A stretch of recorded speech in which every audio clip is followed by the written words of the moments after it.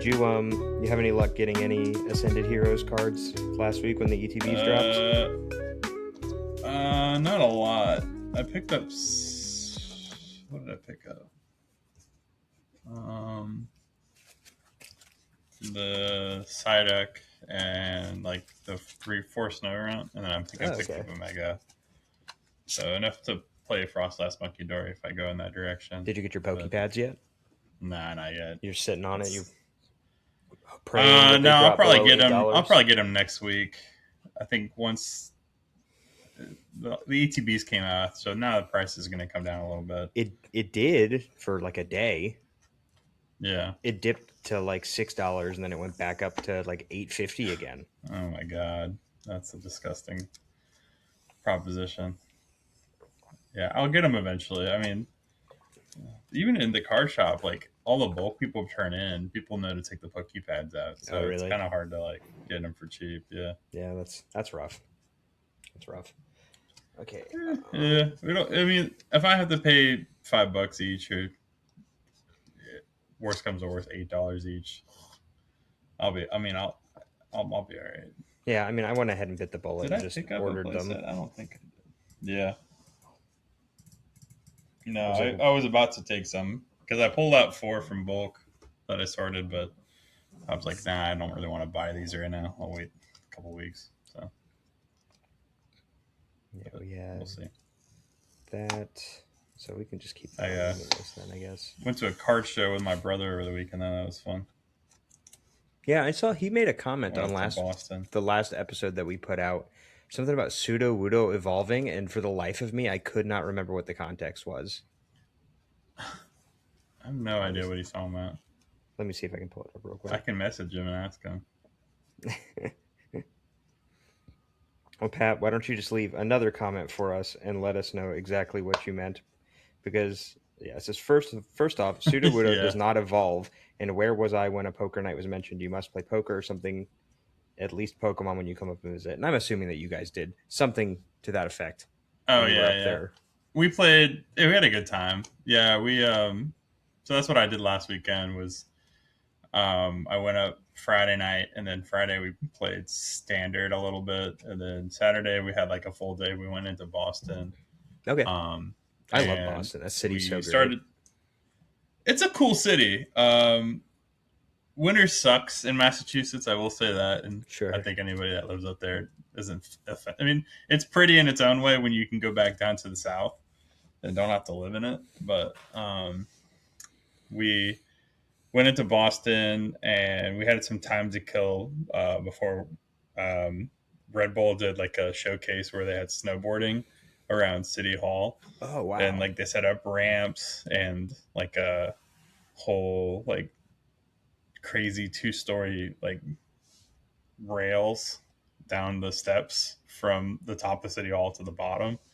It was insane. People were doing like backflips, and it was a great time. Like the highlights are awesome. So definitely recommend like checking that out on, I guess, Red Bull's YouTube channel or whatever.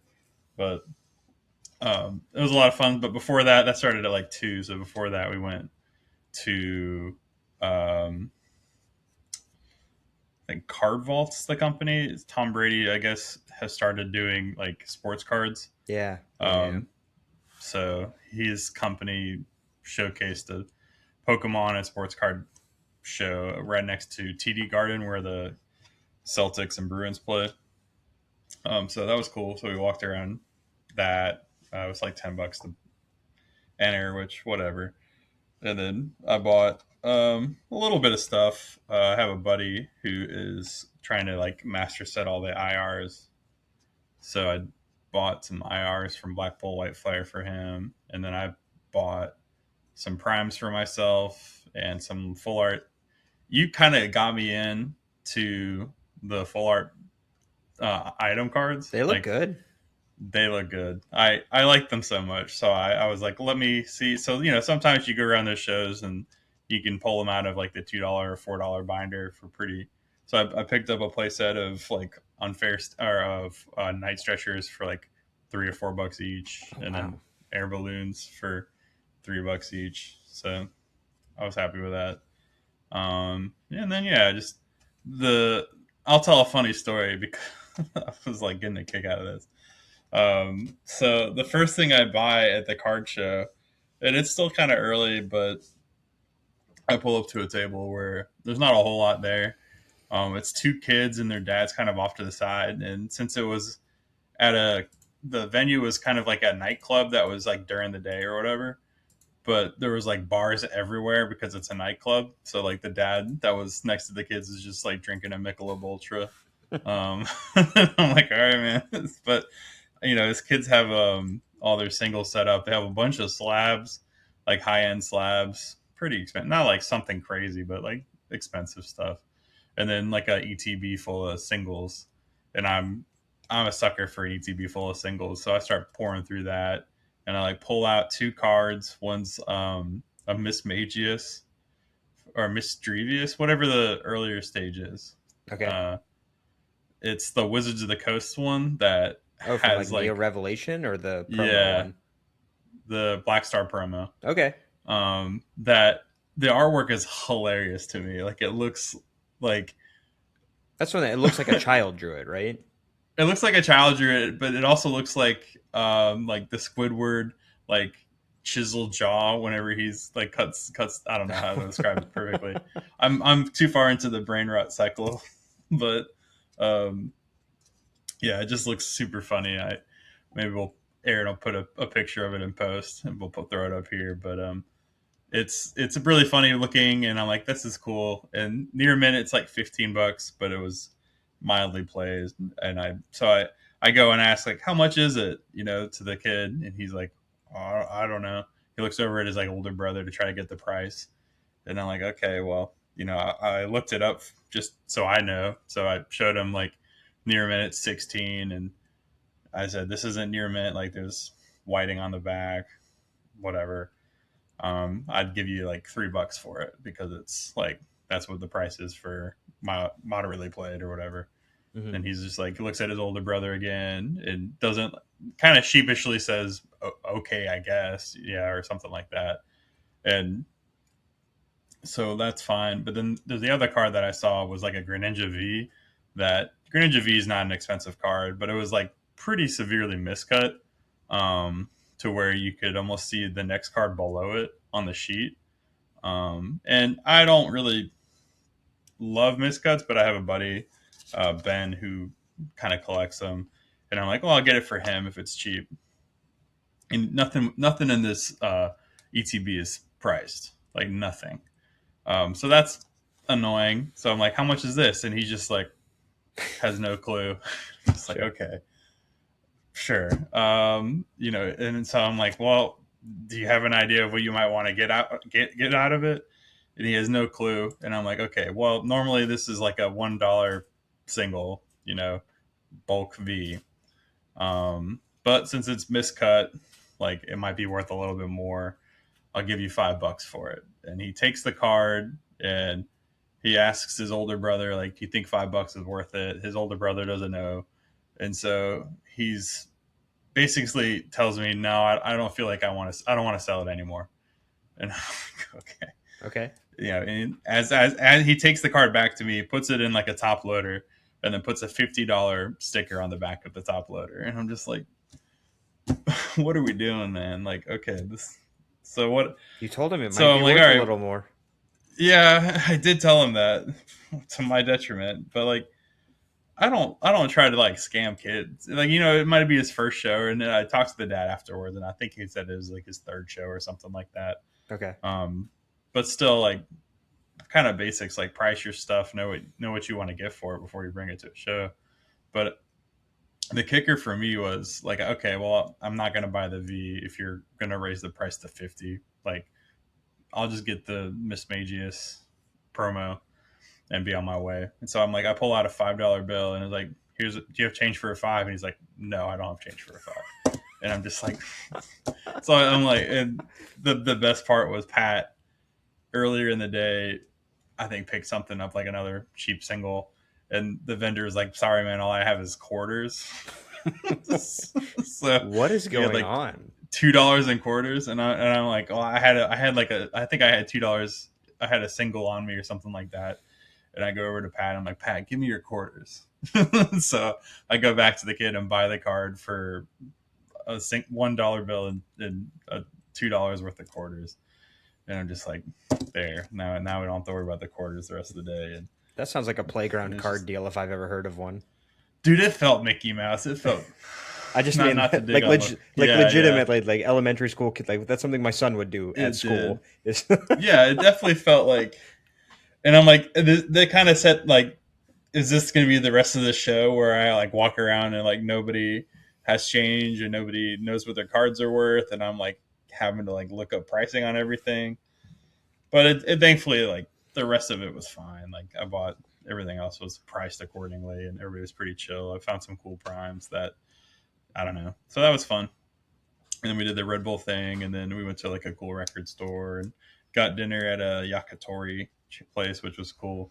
Oh, nice. And then me and my brother that night, talking about Pokemon, went and did a Zoroark 2-player cube that I made a while back, where I'm getting onto Instagram now. So I posted the 2 lists we have on there. And so it was me. I always usually lean towards like the Guardy build whenever we draft the cube, just because I feel like it's the best out of all the ones. But I mean, that's to say like you could do a guard, like you can counter the Guardy build in a bunch of different ways.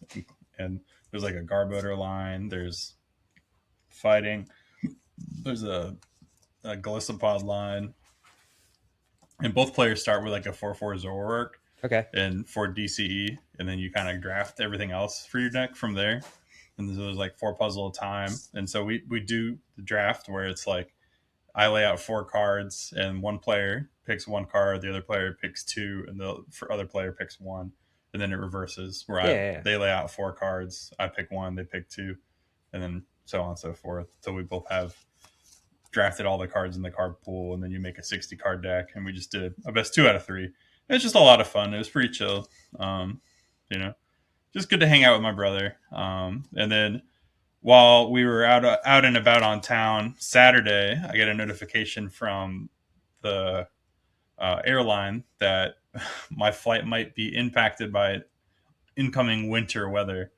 And boy, howdy, was it. I was flying out Monday originally, Monday morning, and I changed my flight that day. Like I canceled my original flight and booked another flight for Saturday. And so I ended up flying out Saturday at 1:00 from a different airport than I flew into. But weirdly enough, or I guess conveniently enough, my sister-in-law and my niece were flying into that airport, literally the same plane that they flew up and flew into the airport on. Like the turnaround was quick, and I got to hug them as they came off the plane, and then I boarded that plane to go to Richmond.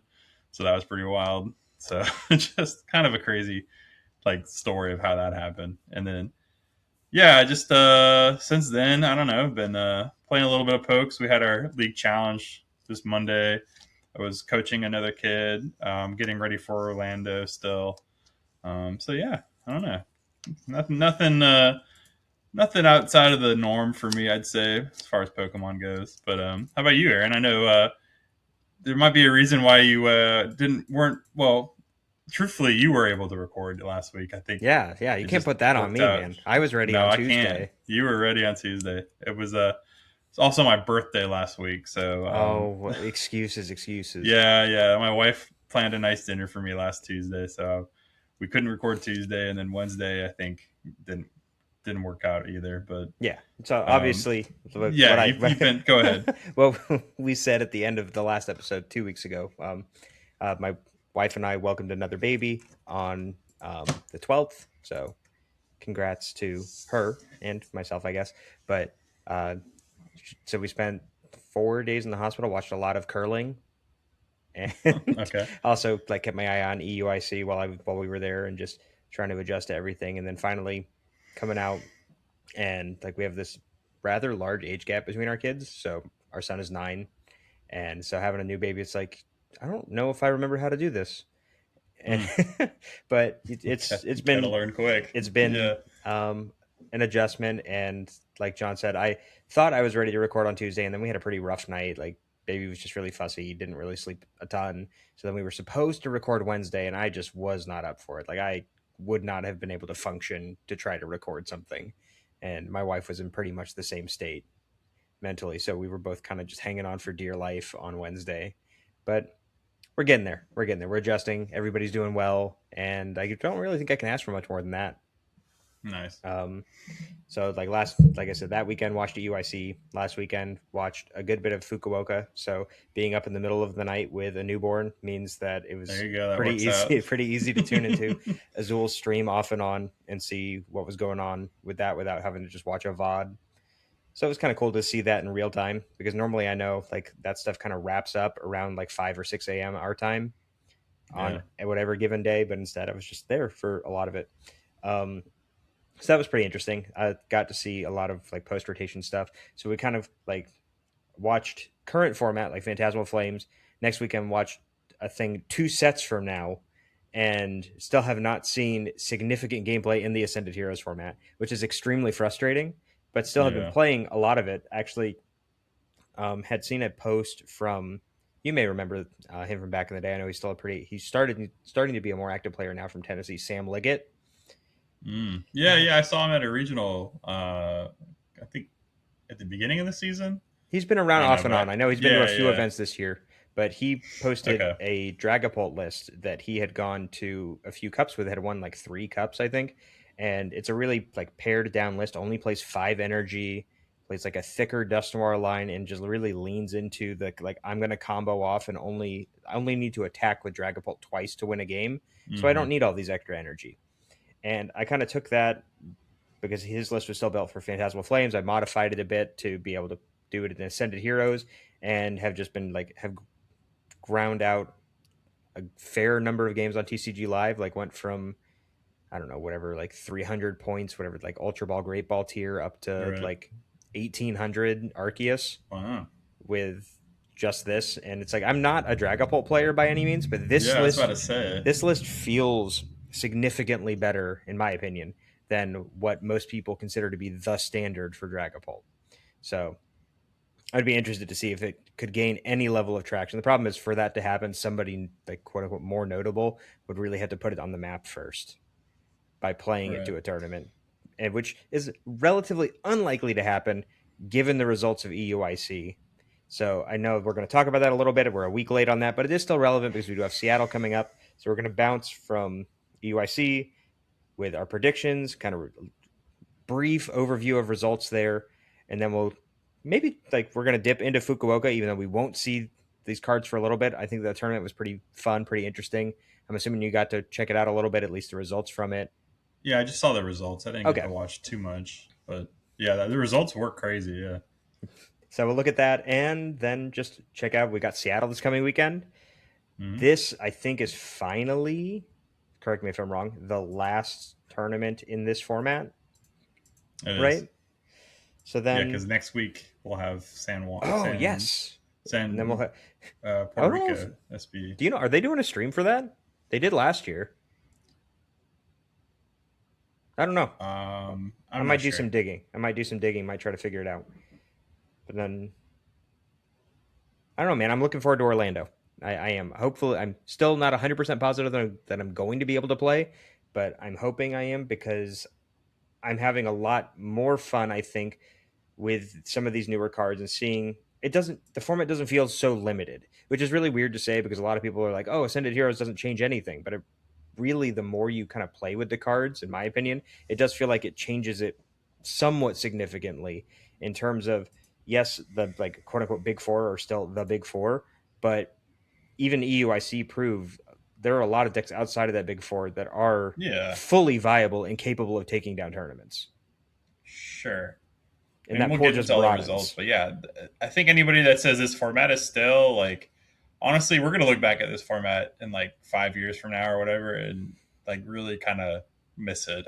I'd say, like, I mean, maybe that's just me being like a little more sentimental, but I think honestly, this is like, you have good hand disruption in Iona, you have good comeback mechanics, you have like fair Pokemon right now. I mean, maybe some things like Badu and Dusknoir are annoying, but I think they're also like, I don't know.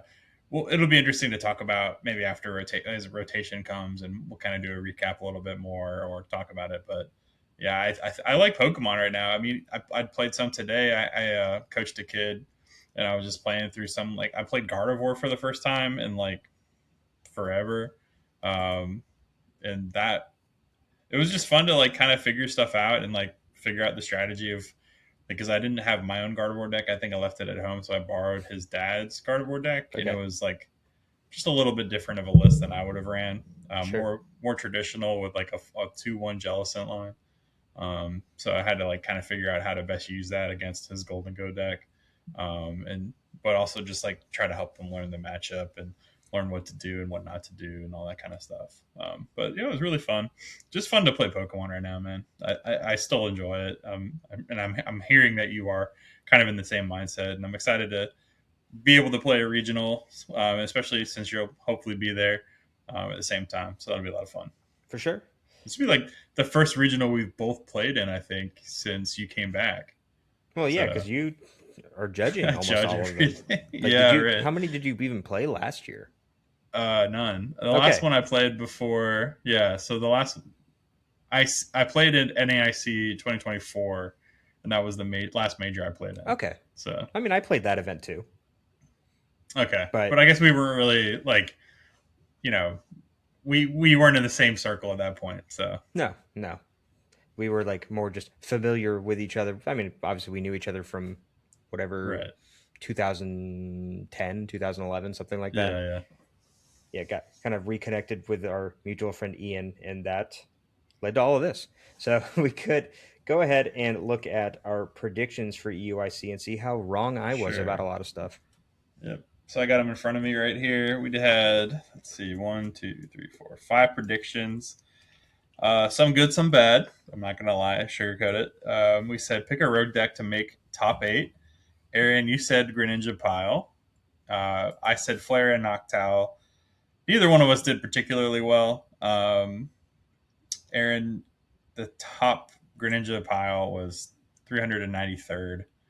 My Flare and Noctowl pick, the top one was 176th. So not even a top 128 for either one of us. Yikes. I would say that the best rogue deck, and I know people might say that it's not a rogue deck at this point, but like I would say Enzora, because the play rate is a lot closer to Greninja Pile and Flare and Noctowl than you would think. Even though there's like a lot of top players that this is their pet deck. Mm-hmm. But we had one in fourth and one in sixth, and it was only a play rate of 1.2%. Whereas Greninja Pile had a 0.8% play rate, and Flare and Noctowl had 1.08%. So pretty close to the other two. But so that would be the top one. And the Monkey Dory Frostlass, if you don't buy into Enzorark being a rogue deck, or Yeah, it's like beyond that, just scrolling through results, it depends. Then it's like it's Monkey Dory Frostlass what is your the next definition of a one, rogue yeah. deck? Is either like you said, Frost is Monkey Dory, or do you consider Pidgeot Control rogue or Tank Kangaskhan? And then it's like as you scroll down, the first one that I hit on here that I'm like, okay, truly this is a rogue deck in my mind is the like Tim Danklin Blood Moon Ursaluna like non EX deck. Did Yoshi Tate play that or Yeah, something? yep, 74th place. Yes. The anti meta god. I love that. He's been like the rogue deck enjoyer for forever. That's cool. So I kind of gave that a wash to neither one of us. So the next prediction was predict the number of Golden Go in Top Cut over or under 1.5. Mm-hmm. Aaron chose the under. I chose the over. Aaron got this one successfully with only one Golden Go being a Top Cut. That player did do particularly well with his Top Cut run, and we'll cover all that in a minute. So Aaron gets that one. The next one was which Zard variant will have the best representation in top 32. Aaron picked Pultzard. I picked Pidgeysard, which left out probably the most popular version of Charizard that neither one of us picked with Charizard Noctowl. Mm-hmm. There were 3 Charizard Noctowl and only 1 Pultzard and 1 Pidgeysard. But you lucked out with Oscar Madsen having a top 8 finish with his deck as playing Polgazard. So I'll give that one to you, since even though we tied on that and And we missed were the wrong. Yeah. yeah, and we were wrong. I think you still get the edge on that, because your pick did better than any other variant of Charizard. Um, the fourth prediction was what region will have the highest placing Gardevoir. Aaron picked North America, and unsurprisingly, it did really well, with Makani making a really deep run. I picked Australia, and Brent made a deep run as well. I think he made it all the way to ASIM. So you beat me by having a player in top 8, and then Brent I think was in ASIM. So Brent pretty actually, good just a guesses small on correction. Brent was actually just outside of ASIM. that. Oh, all right. He was 1 point off. Unfortunate. That's Still solid. Thank you for the correction. Yeah, still.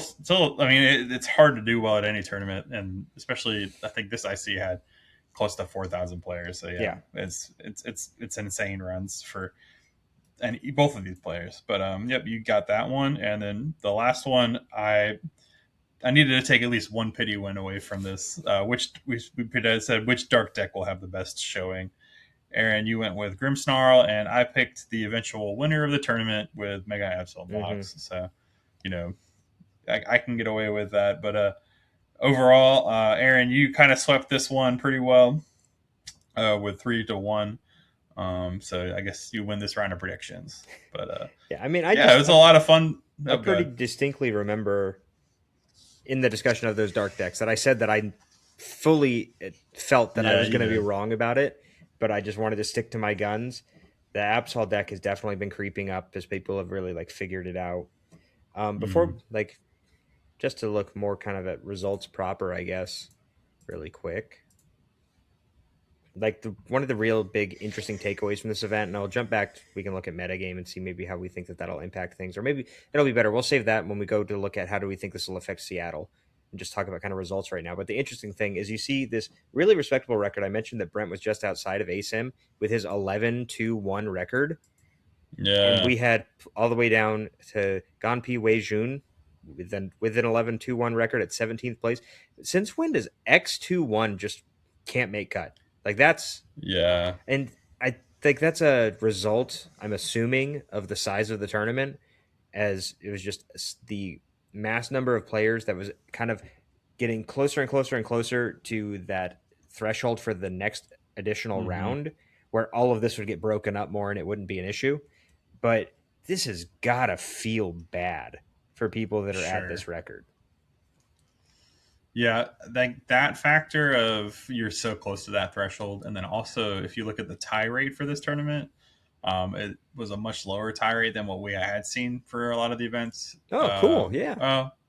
So that I think factors into it too, where there's just more points in the void, if you will, or more results that ended with a higher match point total, which inflates the overall point total to make it a more competitive, or I don't know, forces some of those X21s to miss. So that's unfortunate. I think, I don't know. There was talk, some other I've seen some talk of do we just guarantee that all X21s make cut, or do we make it to where, you lower that threshold to where it's easier for all the X21s to naturally make it in, or you play that extra round or whatever. I don't know. It feels really bad, but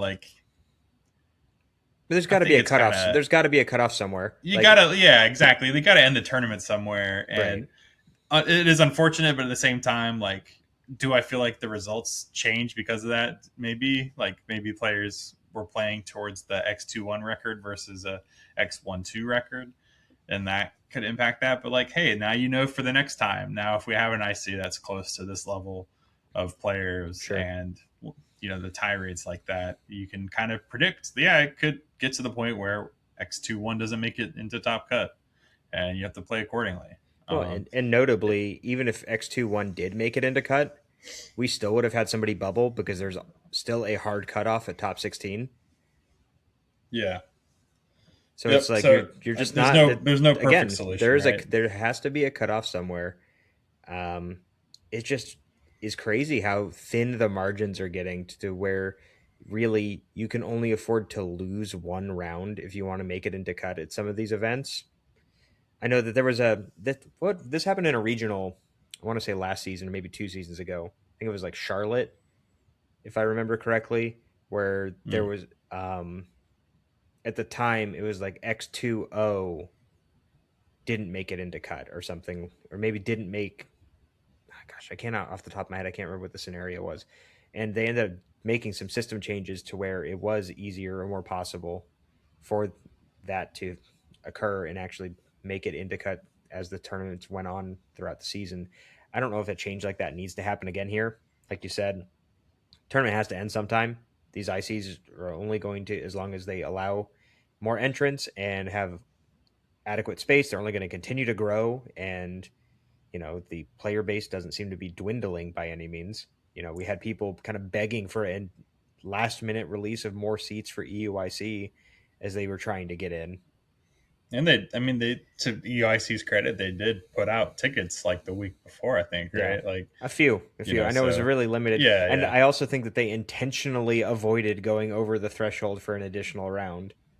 sure. I mean, there's a lot of factors, and if we're talking about tournament dynamics, one thing that I know that was a rub for the seniors was that they played 7 rounds of phase one on day one, and then Hmm. they had to come back on Saturday and play the last round of Oh, phase one geez.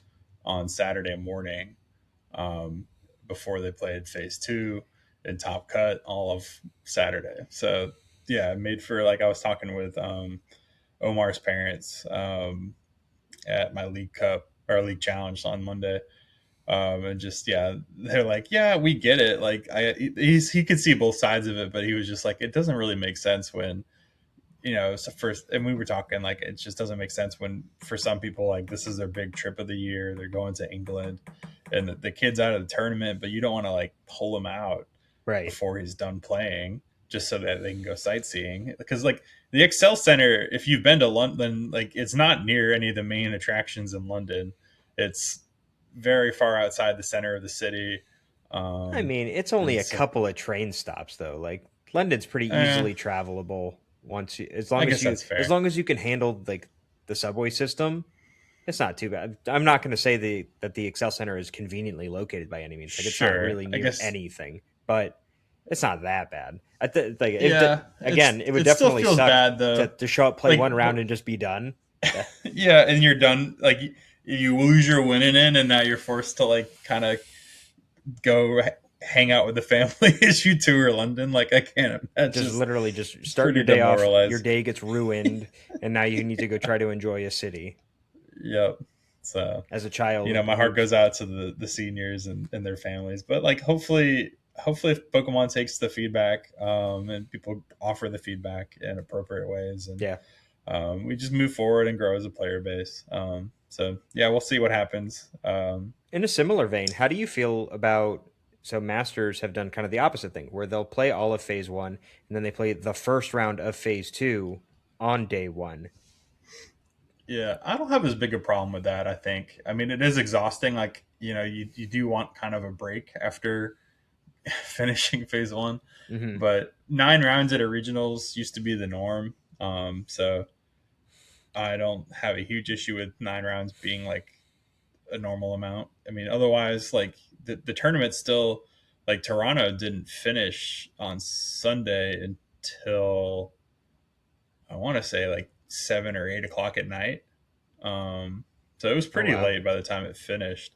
So I don't see. I mean, realistically, like, unless you're trying to leave at, like, 10 o'clock at night on Sunday, it's not really prudent to try to, because it's just so much longer of a day. Like, Top Cut, especially now that we have ASIM, drag stuff out a lot. And it's just the reality of it. Like, 75 minutes, best 2 out of 3 just takes close to 2 hours, if not, more, with deck check and with, some ASIM matches are finishing up and you have to wait on that. And some players like progression's not entirely like, oh, okay, 75 minutes is up, starting the next round immediately. Right. You have to, it's a lot of sit around and wait or hurry up and wait.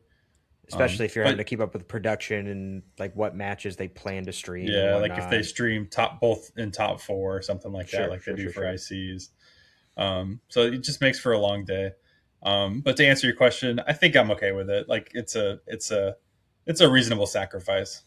Well, I can see the argument for pushing it to like kicking the can down the road, so to speak, and pushing it onto Sunday Mm-hmm. because that affects a much smaller percentage of the player base. And is it inconvenient for those people? 100%.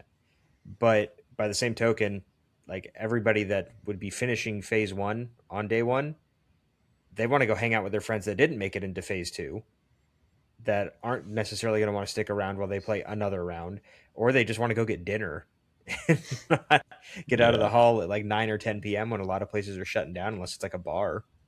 No, I hear you. I think my counter to that is the tournament hall has to stay open until the last match finishes.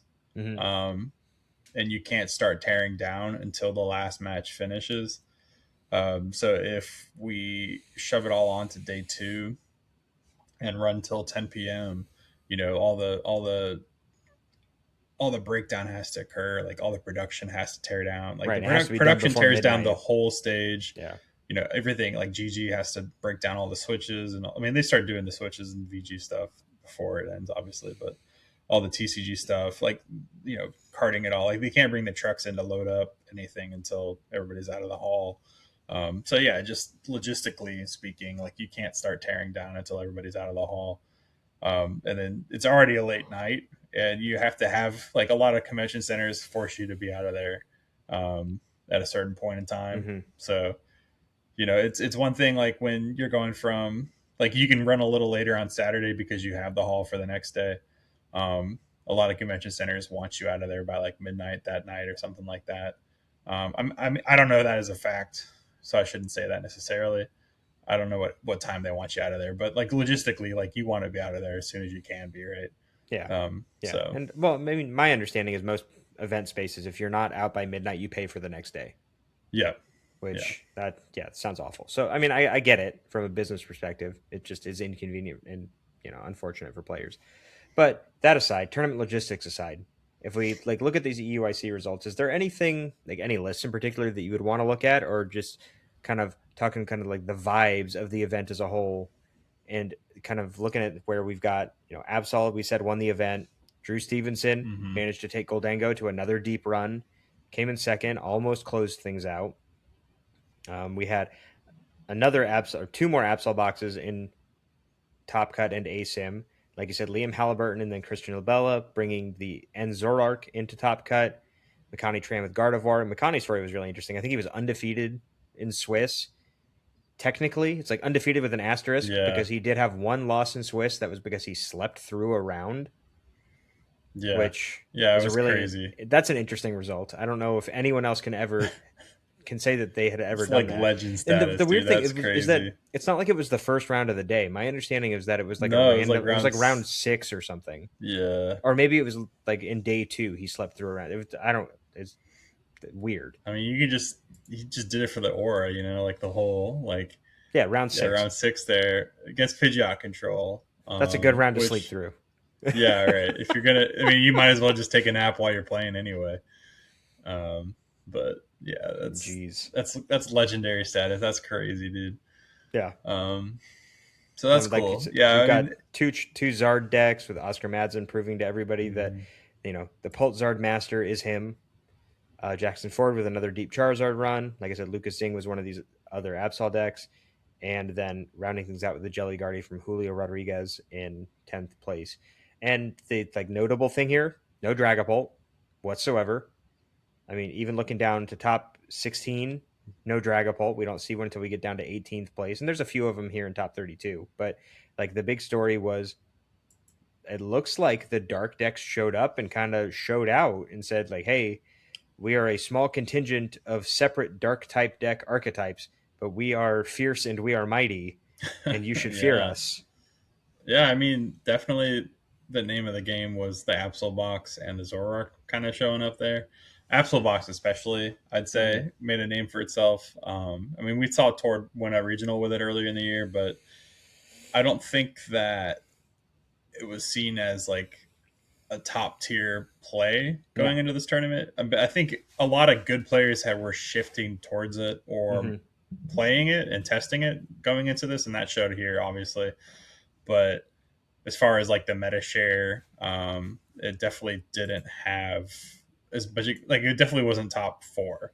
Yeah, coming in below Grimmsnarl and Gardevoir, Goldengo, Dragapult, and Charizard. That's shown there, But still, they with got just like just over yeah, 4%, it's and a little bit more than it has yeah, been for that's sure. significantly higher than what it has been. I think if you go back and look at like That's Toronto, I fair. think it was like 2, maybe 3%. And when you Yeah. talk about going from 2 or 3 up to 4, like that's like, oh, that's only 1 or 2, but like that's a 100, somewhere No, between it's somewhere between a 60 and 100% increase. Like that's crazy. it's pretty significant for sure. Considering And then just there was a new boasting archetype not like even that long ago. an absolutely stellar win rate in day 1, and then carrying over to day 2, it actually improves on its win rate. So just showing like it was a crazy good play for this event. Dragapult showing it was not a good play for the event, despite being the overall most popular deck at 18%. So we look Yeah. at like Dragapult, Goldango, top 2 plays, both sub 50% win rates across day 1. If we go to day 2, just to be fair to both of them, still sub 50%, actually having worse win rates in day 2, just showing players are overall ready to play against these decks. A lot of people Mm-hmm. are teched for them. We saw a lot of the Mega Absol decks specifically. Tord actually brought the Cornerstone back out, expecting a lot of Goldango players not to play the Cornerstone answer. But most of them are playing the Toad Scroll. And I think the other notable one, like if we do, I will pull up one other list because I can't remember what. I know Lucas had a different tech, but I can't remember what it was because we don't see it. There's no Toad Scroll, no. Is double Evoltol So yeah, he and brings the back the retreat lock. He's Genesect got the Ace Spec blocker. Genesect to shut off like the Prime Catcher against Goldango, and then also Erica's Invitation to counter the Turo. So you bring up the Genesect, you clutch it, they Turo it out of play, you Erica it back down because they don't have a way to get it out of their hand most of the time, unless they can superior it away the same Mm. turn, and you just try to win the game through retreat lock. And that's something where we saw that be pretty effective, even in the finals of this event, in a list that wasn't really tailor made for it. Um, oh goodness, names escape me right now. One second. Not Ethan. Edwin. Yeah, Edwin. Edwin. No. So we we saw Edwin up against Drew in the finals, and Edwin was able to pull off a successful Evoltal clutch play to close out the finals. Despite everything, we thought it looked like Drew was in a pretty good position until Edwin was able to buy enough time between clutch and counter catcher and boss and bringing up unfavorable targets for Drew and just really holding him off with that retreat lock. So this deck is very versatile. All of these top 4 lists are different from each other, even though they do obviously share Mm-hmm. similarities. They all play Absol, they all play Monkey Dory, Pecharon, Latias, etc. But the way that they're choosing to tackle matchups just show the deck is extremely adaptable, and the way that the opponent has to play against those answers is going to be different from game to game depending on who they sit down against. So I think that the surprise factor in it really plays into the strength of this deck. Yeah, definitely. Like you don't necessarily know what the techs are until you see them. Like the Ericas, I'm sure got so much Oh yeah, mileage over the course of the tournament. Like, I mean, I'm not sitting there across from an Absol box, and like the Evolt's all I expect. But then like you drop Ericas, and your heart sinks. Like you're just like, oh my gosh, like I thought I got through the stupid Evoltol this turn, and they just kind of come back out and put another Evoltol down without even playing an Ice Stretcher and Ericas, and you're it's such a bad feeling. Yeah, I mean I think that's the story is Mega Absol Box is rising as players have figured out ways to counter the bad matchups for the deck, and it's not just Cornerstone. It's not a hard counter. It's more of a soft counter that allows versatility in other matchups, that provides value against other decks. And I think that's usually how stuff goes. But it's cool to see like kind of innovations like we just talked about. Can we look at Ethan, or not Ethan, Edwin's list real quick, just so we Sure. saw what he did for Golden Go? He And had I the don't know Toad if he Scroll. played it. It was Toad Scroll. So Yeah. I think that was, like you said, the most popular way to deal with it. Did it run no TM Evo? Just the turbo. Okay, yeah, but you get the two toads down, they can't deal with it. You can definitely get out one at that point. And then yeah, it can be really hard for them to hit that 120 unless you know they have an answer with a couple different things. But yeah, it's a good deck. I mean, we knew that kind of going in, but there's just new technology being thrown in with the jumbo ice cream and the like different things here with I'm trying to think about mist energy. Double mist energy is new. I think one wasn't uncommon, but like Sure. two, teching for maybe an enhanced hammer or just being able to find it earlier. Right. um And just having it for mirror is really important. And then you have like the yeah Watchtower to shut off the Noctowls against the Zard decks because that's your other rather unfavorable matchup. And just yep if for whatever reason you don't have a read that Goldango is going to be really big in the event, suddenly you freed up 3 spaces by cutting these Toad Scrolls. You can fit something else in and just make yourself more adaptable in that way instead. So, a really strong deck overall. I think that the one thing that I actually wanted to look at, just maybe for anybody who was looking to counter Absol Box, because it does seem like a rather difficult thing to do. Just like, what is this deck bad against, essentially?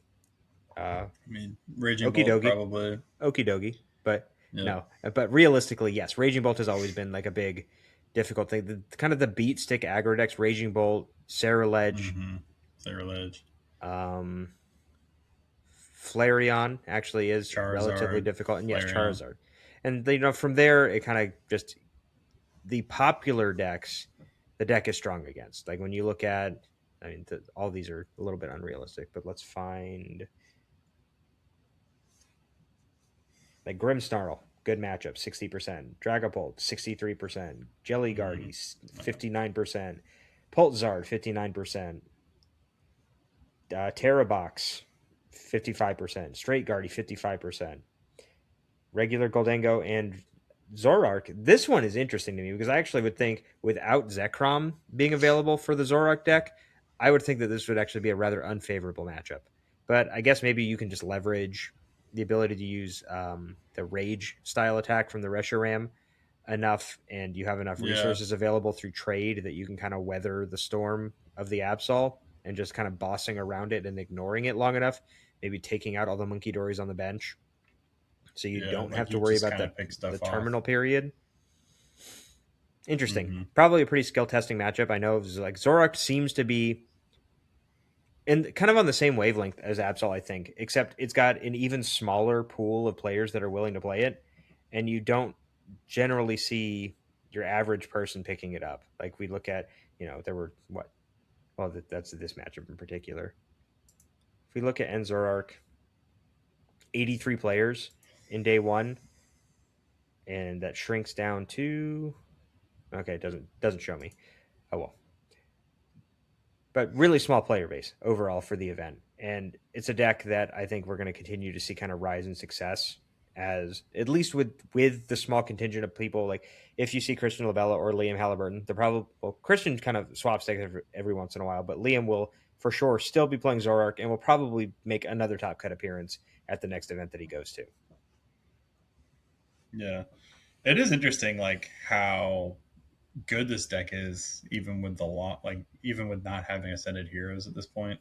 And Mm-hmm. then yeah, it's very exciting if you're a Zoroark player. Like one of my locals is really into Zoroark, and he's just like salivating, like chomping at the bit to get access to the Zekrom, um, and Pokepad, I guess, but more importantly Zekrom. It just allows you to reach a lot more, like and have a yeah. But the fact that it's so competitive and so dominant, I mean, when you watch the gameplay from that deck, it's fascinating because it doesn't. it doesn't overwhelm you. Like it doesn't look like it's not like Golden Go where it's hitting for 300 damage immediately. Mm-hmm. Turn two. It feels like a Chinese finger trap kind of deck where your opponent punch or like kind of quicksand where your opponent punches in and nothing happens, or like you kind of the more your opponent struggles into the deck, the harder and harder it hits back. For And sure.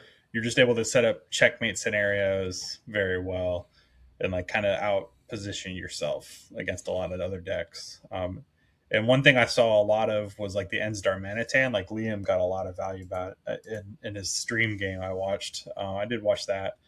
And that card is so good. Like sniping right now, especially because nobody's running Shaman, just tears a lot of decks apart.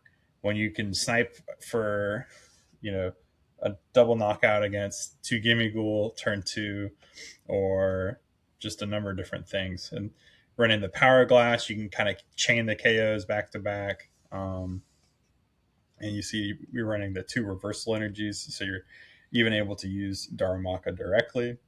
So, or Darmanitan, sorry, directly. So, I mean, you just have those two in there for Darmanitan, which is crazy. Yeah, But and it's like effective. it circles back. Like this is the way people initially thought the deck was going to be played when it was first revealed, and it was how people attempted to play it, and it kind of flopped. And then we had these lists rise up that completely like ignored the Darmanitan and just played a couple of Reshurams and made do with that and some other attacks. And now we've kind of circled back to where, hey, this is necessary. Let's put it back in. And it's kind of the if you're on the like cutting edge with a deck like this or a deck like Absol, and you can stay on the forefront of what is good, popular, necessary. Having a good meta read is really kind of essential when you're playing either of these decks and being able to construct them appropriately. But if you have that knowledge and the ability to maintain kind of a locked in mental status in terms of having a good read on what's going on in terms of meta trends and everything, like that's where these decks thrive. And they Yeah. become more adaptable and more difficult for people to adapt to because you don't necessarily know, like you said, you don't know what they're packing until you sit down across the table from them. Right. Yeah. You don't know how how many ends PP up they run, or like what stadiums, what's your stadium count. So yeah, you don't. I mean, that's the fun of a lot of these tournaments is we don't know like deck lists before we start playing and sit down. You know, it's changed a little bit with top eight now, Sure. um, but for the most part, yeah, you're going in blind to most of these matchups. But I think we've covered a lot of the decks. Is there any other decks you want to look at No, on your side? no, I think I'm good. I like just the interesting thing to me, we've got one weekend left in this format finally. Mm-hmm. What really is going to change? Like, are people actually going to like see these results? It's been a couple of weeks since this happened. Are people going to actually change what they're playing with going into Seattle, or is everybody just kind of probably set on what they were going to play and they're just going to let the chips fall where they may for this final tournament in Phantasmal Flames? Yeah. I think it'll be similar to Vegas, where we saw a huge uptick in Absol Box, and then the Sure. moment that players start to realize that the deck is a lot harder than they originally thought it was to play, maybe it won't even be as much as after Vegas. Because I remember after Vegas, I remember just going to locals and like cleaning up with Golden Go because so many players were playing Absol Box, and even if they had like the cornerstones, they weren't really playing it to a high level like you needed to play Mm-hmm. that deck. Where they would bench stuff to where you could boss up and KO something on the bench, and then just deal with one cornerstone over the course of the game. With I ran the Mega Mawile, so that was enough. But I do imagine there will be an uptick in play for Mega Absol. I don't think it'll be quite as high as it was after Vegas. Although we didn't have a lot of events. Did we have a lot of events after Vegas? Like I'm trying to remember Let if me there might have been see. a gap. After Vegas, uh, the week after Vegas was LAIC. Okay, okay. So did we have the same format then as LASC? Yeah, yeah, yeah. right? So that's crazy that we've Yeah, had that was two ICs in the same format. no. Well, that was Sorry, I thought you meant same format as Vegas. That was Mega Evolution. So Oh, immediately okay. after that was when Phantasmal Flames was legal, like Phantasmal. the week later. Okay. After LAFC. That's right. Correct. That's right. Okay. So, but we saw, I guess, the Mega Absol deck at, yeah, it was at Vegas because it didn't really gain anything from Phantasmal. Is that correct? I'm kind of drawing a blank as to like I got ice when the cream. deck Like the showed ice up at cream is Vegas, right? ice cream is technically an Sure. upgrade. But yes, yeah, no, Tord brought it out in Mega Evolution for sure. Yep. But yeah, so we've seen the perfection of the list, and then yeah, I think people will try to maybe pick it up and play it. I don't know how well it will succeed. It's one of those decks where if you haven't put a lot of man hours into it, it's going to be just, it doesn't seem very hard to pilot, and then you play it, and then when everything works perfectly fine, it's not that hard. But like, it's just the games where it's like, how do I come back from a bad board state, or when do I use my penny appropriately, and how do I fix the monkey mat? I don't know. I don't think it's as hard as Zoroark is.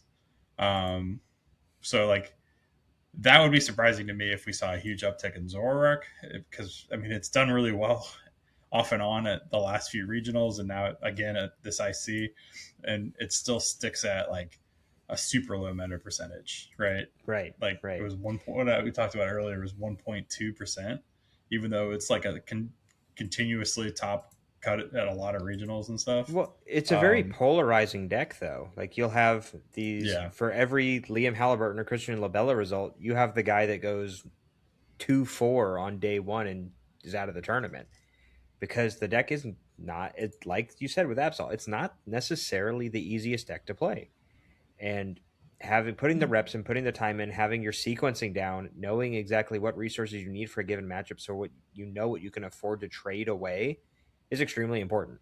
And without that knowledge, you're going to falter, and that's where you end up with people thinking, "Oh, this deck's terrible because I can just never win with it because I do everything right and it just doesn't work out for me." Whereas yeah. you I mean, somebody like you watch the gameplay from Liam and all that. There's turns where he's just passing with something in the active, or mhm, like content to Badoo for another. Like there's just not a lot of action going on. There's not a lot of like easy decisions, and trading away stuff. Like if you trade away the wrong thing early and you run out of resources, you're just boned. Like there's no easy way to re right, um, like you get punished from early game mistakes, and there's no way to recover like there is with other decks. Like with like a golden go where you can kind of just, okay, well, I'll just draw into something else that I need, and that'll work out. Like you get saved by that a lot of the times where you're just able to draw more cards. And trade is effective, but it is not as, it's less forgiving than like a coin bonus or something like that. for So, sure. um, so I imagine there will be more Mega Absol to answer the question, and then I think Dragapult's going to fall off a little bit. Like I don't imagine we'll see it being the top deck. I mean, maybe Golden Go comes back into the top again. It's hard to say, right? Like who, if you've played it for this long and it's the last tournament of the format, like are you really switching up decks from there, or you just chalk it up as a weird, you know? Because I don't think it'll go. It might come back down to earth from 18%. I think it could be like 16%, but it'll still be pretty like, it'll be one or two, right? Like it's not going to fall off super super hard, but I do imagine it'll No, fall off. no. Yeah, Dragapult always has kind of an inexplicably high play rate. And I Right. did say at the top of the show, I do think that there is a list out there that is actually pretty good into a lot of decks. It even, I think, has play into Absol because you aren't trying to be too cute with things and you're trying to combo off as much as possible. Plus, it also plays rare candy, which I think is kind of the only way that Mm-hmm. for that deck to succeed right now. Like we talked about going into EUIC, my problem with the deck was that it was kind of a slow, methodical buildup, and because of that it's exploitable and it's pretty easy for people to kind of pick apart your board state as you have to evolve through your stage ones. But when you add the element of, even if you're only playing one or two rare candies, the ability to have kind of an explosive turn can flip things on its head in a lot of matchups, or at least kind of catch somebody off guard. And again, that's where your advantage comes in. when you're playing something like this, where people think they know what you have in your deck list, and when you do something a little bit different and it catches people by surprise, they haven't necessarily tested against that, so they don't know. It kind of shifts the clock of their game plan or their idea of their game plan against the deck pretty significantly. But no, like you said, I agree. I think Dragapult's going to fall down a little bit. I think that leaves an interesting window, though, for Charizard to kind of come back again and potentially be successful. Where if the Pults are down, the Dangos will probably stay about where they are, maybe dipping ever so slightly. If Absol is up in play rate, if Zoroark is up in play rate, I could totally see Charizard spiking another regional this weekend. Yeah, it makes a lot of sense. Or I mean, I think Golden Go if Absol and Zoroark. I mean, we talked about there's answers for Golden Go, but it's still not a great matchup. I'd still I don't know. Golden Go's like probably the most linear out of all the decks in the top four. I know it's Aaron's personal punchline for this format, but I still think it's in a decent spot moving into this format. I'd be interested to see how it plays out with, if Zoroark and Absolbox are doing really well. If I don't know, there's not really like a tech or a solution that Golden Go can add. Maybe you add Mega Lopunny back in, and that helps some of the math on against like a Mega Absolbox. You can get some easier knockouts against like their Latios or something like that. Well, you just have a way to hit the Toad Scroll too. Like you can do something That like too. you can Prime Catcher up Toad Scroll, and then if they Night Stretcher and get it back out, evolve the second Toad, then you can boss it and do Spike Hopper to take another prize and get the Toad Scroll off the 160. board, and then you Yeah. have your Golden Goes available to you. Or and you've seen people put the Cramorant in the deck too, to accomplish a relatively similar purpose. If you can go Cram, Prime Catcher, KO the Toad Scroll, they KO Cram, you Night Stretcher or Super Rod it back, and then boss up the other Toad and do it. Like it works kind of both ways. The Lopunny is probably better about it because it also covers you against the Cornerstone if it happens to pop up. But I don't know. I think you've got to do something though. You have to respect the Toad Scroll in Yeah, some way definitely. Yeah, if you're going to I be don't think you successful. can get away with. No, I don't think you can get away without putting probably either Mega Mawile and the Cramorant or the Lopunny in this weekend if you're trying to play Golden Go. But I don't think that's a bad thing. Like I think they have value in the deck. They're not Mm-hmm. just tech cards. They come up in other matchups like you know against item lock. You can use Mega Mawile effectively to take prizes late game and close a game out where you wouldn't necessarily be able to do that if you're stuck without having access to your superior energy retrievals. So there's a lot of value in those cards, and Mega Lopunny has a lot of not just into the if you hit Crustle you have an answer, which is really nice, or because you have the Shred ability Yep. with a second attack. So um, yeah, I don't know. It'll be interesting to see exactly what comes out of like what the lead into it. It's also like really exciting to be. I'm going to be out there as a judge, so I'll definitely be able to talk about it. But I'm very excited. This is Pokemon Day this Friday, Mm-hmm. and it is also the first time we've had a Seattle regional in a long time, I believe, because normally it's in Portland. Yeah. Normally And you have Pokemon, Portland and Vancouver, and instead this year they got yeah, rid of Vancouver and did Seattle. they kind of split the difference and just put it in Seattle. Seattle is all intents and purposes the home of Pokemon in North America. Yep. At Bellevue, which is right outside Seattle. So TVCI will have a huge presence, but there'll also just be people all over from all around the country and the world celebrating Pokemon Day at this regional. So I'm really excited to be a part of that, and I'm expecting them to kind of pull out all the stops and make it feel really special. So that'll be a lot of fun to be a part of that. So I don't know. I don't know of any other decks that at this point it's so late in the format. I think everybody's either picked a deck or is pivoting to something that can counter that deck that they think is going to do really well. So I don't really expect any super big surprises. No, Um, no. I think a lot of people are kind of checked out at this point. yeah, definitely And moving on to Ascended Heroes format, yeah, for sure. or even further down the road into post rotation. Yeah, I know Um, some people are just like, nope, I'm not playing an event until rotation happens. So why do I even care? yeah, I And mean, we do have a good amount. We still have two major regionals in the North America before rotation with Houston and Orlando. And so I know, but neither one of us is fully checked out. But I know there are a couple of players that yeah, I've seen that are just already scheming, already thinking about, and more excited about. And to be fair, I get that. Like that's just kind of people's prerogative. Like that's how they interact with the game, and that's a good segue. There's a lot post rotations coming up, and we'll get right into that. But before we do, um, Aaron, you brought up earlier. Well, we were before the podcast. Just we have our Pokemon Day coming up this Friday, and with that, Pokemon's announced that they're going to do a Pokemon Direct. One of the few times where it's a Nintendo Direct, but it's all around Pokemon. And so they usually announce a lot of video game news and TCG news and all the games for in the Pokemon sphere, if you will. And Aaron came up with the idea of just asking, kind of like, what do we want as a pie in the sky? What do we wish Pokemon would announce for this Nintendo slash Pokemon Direct? Aaron, you want to go first? sure. So first, I fully expect they're going to talk about the like Animal Crossing game that they have coming out in like a week or two, Mm-hmm. which looks pretty neat. It's a little weird that you're like a Ditto that turns into a person, but I'm sure a lot of people are really going to dig it. I know a lot of people loved Animal Crossing, and some of that had to do with the pandemic, but that was a really popular game, so I really expect this thing to succeed. Everybody thinks they're going to do Gen 10, which would not surprise me at all. And I think that would be pretty exciting. I don't know what I would expect the starters to look like, but just some cool starters would be kind of something that would be on my wish list. I know and they don't normally miss with all of them. I think like Yeah. I'm trying to think if there's a gen where I just don't like any of the starters. Yeah. The Sun and Moon ones, other than Greninja. No, I like, well, Greninja's You like X and Y. Chespin? Oh, X and Y. I think X and Y. That's what I meant. Oh, It's so probably the closest.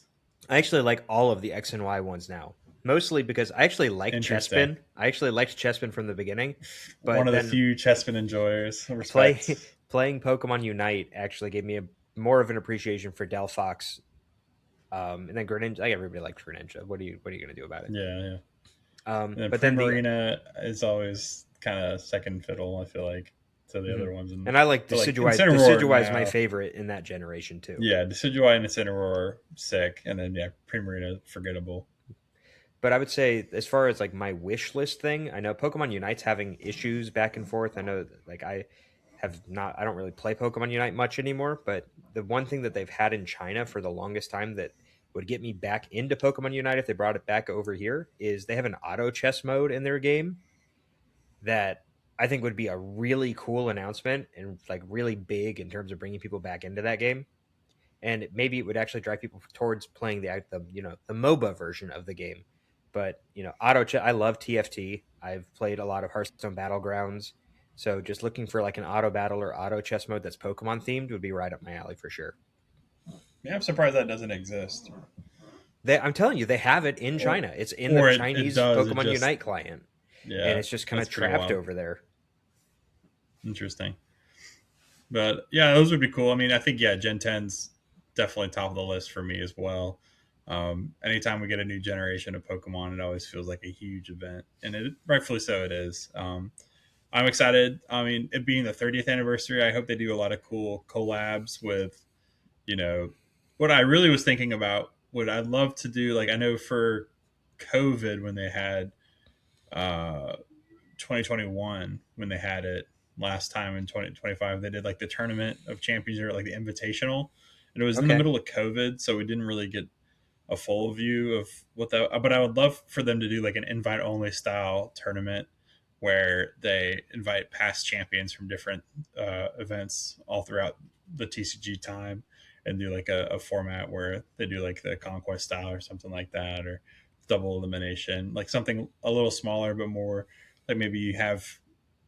I think they did one where in during COVID where you had to play like different formats, like different um, eras of the game. Yeah. and like each round was a different area. I loved that so much. It was a really cool idea, and I would love to see something like that come back. I know that's kind of niche and was just like we had nothing else to do, so let's just make something up and do it. But that would be really cool for me, like as a fan of the game and the fan of the history of the game.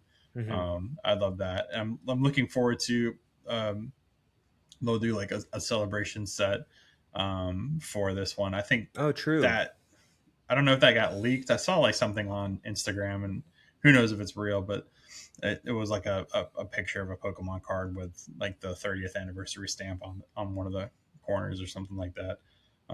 So who knows if that'll come to fruition. I imagine it's like free money for them, like the Celebration still today is one of the more sought after sets. And like having that cool like 25 cards throughout the history of the game, like you could do something like that again would be really not too hard to do, but would be really cool if like you reprint a tropical beach through that or something like that. That'd be pretty wild. So I don't know. We'll see. I'm excited to. I think what else would I want to see? I'd love to see like um, more about Pokemon champions. To see like Oh, that that's from true. the Yeah, they probably will talk about that. yeah. So that'll be cool to see like what the full demo of that would look like.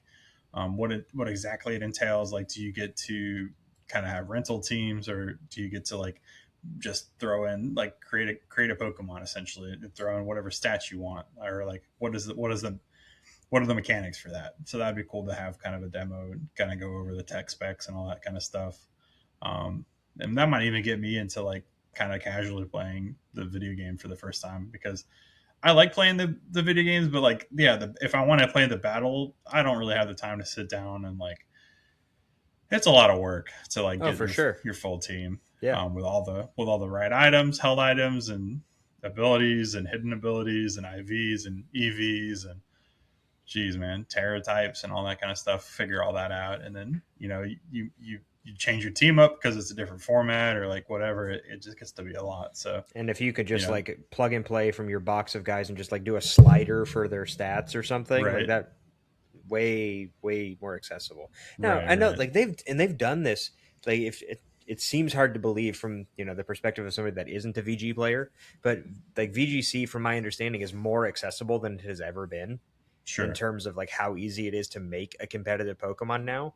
Where people you used to have to like breed Pokemon for hundreds and hundreds of eggs trying to like get the right IVs on your Pokemon, and then you had to go knock out like 600 Zubats to get however many speed points you needed, and right, whatever like Tentacool to give you whatever Tentacool gives you, and getting your EVs that way, and now you can just give them something like berries or something that like get their stats up, and you can fix the IVs with like bottle caps, and it's just way easier to do things now. yeah.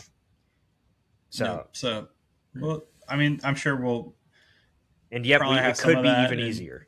it could be even easier.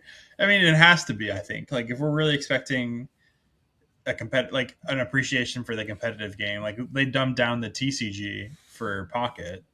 I think you could see not a dumbed down, but like a simplified version of VG in a lot of ways. Mm-hmm. I hope that dumbed down doesn't necessarily mean devoid of strategy. Like there's so many things now that I mean, I've started to appreciate. I've been watching some VG content, mostly Wolf Click. I'm not going to pretend like I'm sophisticated. But that's, it's good enough. But yeah, I've come to appreciate the amount of skill and just kind of like having to know like the math of will my Pokemon survive a single type attack boost attack from this Pokemon with Sure. these, like with my stats versus their stats versus, do they crit or not? Like all that kind of, it's just insane amount of math you have to do on the fly, even more so than TCG, like where we're figuring out all that kind of stuff. on our end. It's yeah. we're adding. They're doing a lot more than that. So, Well, and the problem is it's more like they have to do it ahead of time because you have to be able to plan yeah, for, like, do you need to make an adjustment to your team, whether it's the stats of a Pokemon, or do you need to fully change to a different Pokemon because you need to beat a specific matchup or something that's going to be popular. So definitely interesting. I oh my gosh, I had just thought of. I didn't realize they already announced a whole bunch of stuff in the middle of last week, where like we're getting another Pokemon Pocket set that comes out, I think tomorrow, or mm-hmm. maybe Thursday, maybe the day this episode comes out is when it comes out, like the day before Thursday, Pokemon Day. And then they already did announce 26th. in Unite, like Articuno, Zapdos, and Moltres are coming as playable characters. Wow. But it's like, so if they're already announcing all this stuff, what are we, like, how big is this presentation going to be? Like, they're probably going to talk about Gen 10 and Champions, and then it's like some Netflix shows. Like, I know there was that one from like the Wallace and Gromit people, the Oh claymation yeah, thing. Like, they showed that briefly last year. That's probably that. going to come back. I don't know. It would be interesting. I just, more Pokemon is always good as a fan of the franchise. Like, give me something new to do. I don't want another mobile game. I'll say that. I do not want to. I mean, I know Champions is going to be available on mobile platforms, but Yeah, like, don't give me another like gotcha game or whatever. Like, no, I don't want it. you want another versus or I what don't is want it? another The Pokemon Masters. I don't need it. yeah, Or Poke Pokemon Cafe Cafe. No, no. Although when they had remix, the one that was the camp one. the Did trading you play figure that? game. This was a while ago. I don't Oh, like, I they don't remember that. discontinued a little bit ago. So do you remember, this was like early 2000s, like 2004, 2005. They came out with the trading figure game, and it was like a little Pokemon that was on like a base that was like a spinner, and when you would I like have spin seen it this. to see like what move you were using against the other Pokemon. They made that into a mobile game, except Okay, it did have like a gotcha system for acquiring the different Pokemon figures. So every once in a while, they would release a new figure, and there'd be like a super rare one to get people to dump a bunch of money into it to try right. to get it, so they could be on like the highest part of the ranked ladder or whatever. But that was pretty neat. But beyond that, like, I don't know if any other mobile game has really grabbed me for Pokemon, and it's just, I guess I'm not a mobile game person, so maybe I'm not No, the yeah, right we market for played it. Pocket for a little bit. That I was Hey, I. the new set's Paldea themed, and I do like Fuecoco.